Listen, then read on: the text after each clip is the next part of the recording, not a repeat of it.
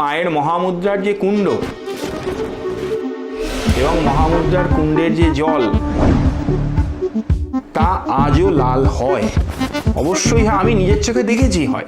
এটা কি মানে এটা অলৌকিক। ঠাকুর কিন্তু ঢেকে রাখবে, এই 4 দিন কিন্তু পুজো হবে না, কি করব?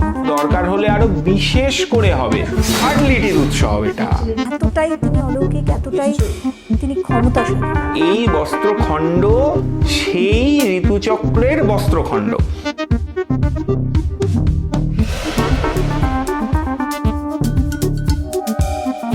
নেগেটিভ ইম্প্যাক্ট হয়। দেবীর যোগিনীরা দেবীর মতো কৃপাময়ী নন সর্বদা।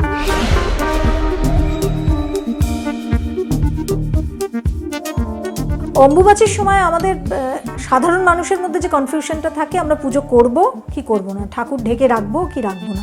মা ঠাকুমারা আগেই ফোন করে বলে দিচ্ছে যে না, ঠাকুর কিন্তু ঢেকে রাখবে, এই 4 দিন কিন্তু পুজো হবে না, কি করব? একদম ভুল ধারণা। এই সময় সমস্ত পুজো হবে, মায়ের কোনো মূর্তি ঢাকা হবে না, অন্য দেবতা ঢাকার তো প্রশ্নই নেই। এই সময় মায়ের বিশেষ পূজা হবে, কিন্তু একটি কথা বলা হয়েছে, এই সময় কোনো সংকল্পিত কাম্যকর্ম হবে না। মানে কিছু চাওয়া প্রার্থনা? হ্যাঁ, কোনো সংকল্পিত কাম্যকর্ম হবে না। মায়ের কাছে প্রার্থনা করব, সে করব না কেন, কিন্তু সংকল্প করে যে কাম্য পূজা, সেইটা এই সময় হবে না। মায়ের নিত্য সেবা পূজা সমস্ত কিছু বিধিবৎ হবে, এবং এই সময় দরকার হলে আরো বিশেষ করে হবে। শুধু মা না, আমি বলছি পুরুষ দেবতা, সমস্ত দেবতারই, গোপালের, সবারই নর্মাল পুজো পাঠ হবে, বাট ঠাকুরের হতে পারে, সবার হবে, কোনো অসুবিধে নেই। আর দেবীর ক্ষেত্রে বিশেষ পূজা হবে, এবং যদি কোনো সাধক থাকেন, সেটা শাস্ত্রে বলা হয়েছে তিনি এই সময় বিশেষ জপ করবেন। এই সময় জপ অনন্ত ফলদায়ী হয়। কামাখ্যা মন্দির একেবারে রহস্যে মোড়া, এবং বলা হয় যে এই সময় 3 দিন ঋতুমতী হন দেবী কামাখ্যা। এটা সত্যি? দেবী ঋতুমতী হন মানে ধরিত্রী ঋতুমতী হন। এবার ধরিত্রীতে যেহেতু কামাখ্যায় মায়ের মহামুদ্রা পতিত হয়েছে, আমরা জানি ঋতুচক্র মহামুদ্রা দ্বারাই সঞ্চালিত হয়, যোনি দ্বারাই সঞ্চালিত হয়। তো সেই মহামুদ্রা যেহেতু মায়ের ওখানে প্রকাশিত হয়েছে, সেই জন্যে ধরিত্রীর প্রকাশ মায়ের মহামুদ্রা দিয়েই হয়। সেই জন্যেই ধরিত্রী ঋতুমতী হন। ধরিত্রী ঋতুমতী হন বলেই তো এর পরে বর্ষা শুরু হবে, এবং বর্ষার পরে ধরিত্রী কি প্রসব করবেন? অন্ন প্রসব করবেন। সেই অন্ন আমরা খাবো, আমরা তো ধরিত্রীর সন্তান। মানে ফার্টিলিটির উৎসব এটা। উৎসব। কিন্তু এই যে বলা হয় যে ওখানে একটা কুণ্ড আছে, সেই কুণ্ডটাও লাল হয়ে যায়, যায়, সত্যিই যায়। ব্রহ্মপুত্র নদী লাল হয়ে যায়। ব্রহ্মপুত্র নদী লাল হয়ে যায়, এটা আজকের দিনে লাল হয়ে যায় না, খুব সত্যি কথা। আজকের দিনে আদৌ লাল হয় না, পুরা আকালে হতো কিনা সেটা আলাদা কথা। কিন্তু মায়ের মহামুদ্রার যে কুণ্ড এবং মহামুদ্রার কুণ্ডের যে জল, তা আজও লাল হয়। অবশ্যই আমি নিজের চোখে দেখেছি হয়। এটা কি মানে এটা অলৌকিক? এটা অলৌকিক, এটা আবার লৌকিক এই জন্যে যে ধরিত্রী যদি ঋতুমতী না হন, তাহলে তো তিনি অন্ন প্রসবিত্রীও হবেন না, তো সেটা হতেই হবে। এটা কিন্তু সত্যিই হয়। কামাখ্যায় অনেকে মানত করেন, কিন্তু দেখা যায় যে সেই মানত করার পর নানান কারণে তারা সেখানে যেতে পারছেন না, দেরি হচ্ছে।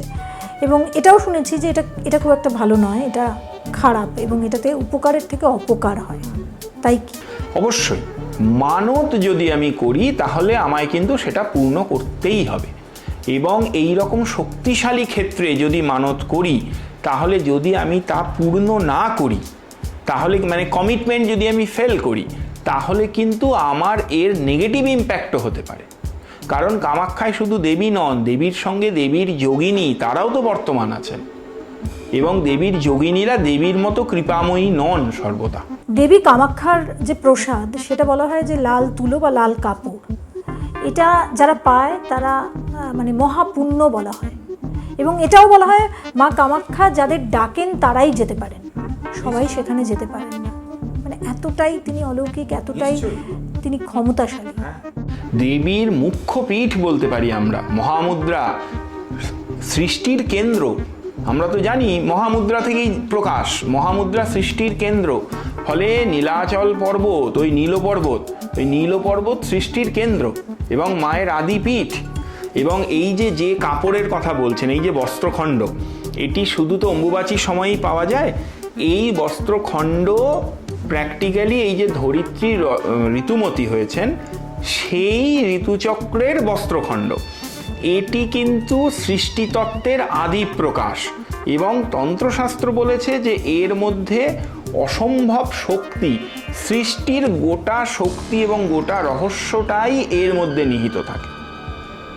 সেই জন্যে এটি কিন্তু অত্যন্ত পুণ্যপ্রদ, এবং বলা হয়েছে যে এটি যদি বিধিবৎ এর পূজা বা একে রক্ষা করা হয় তাহলে সেটি কল্যাণকারী হয়।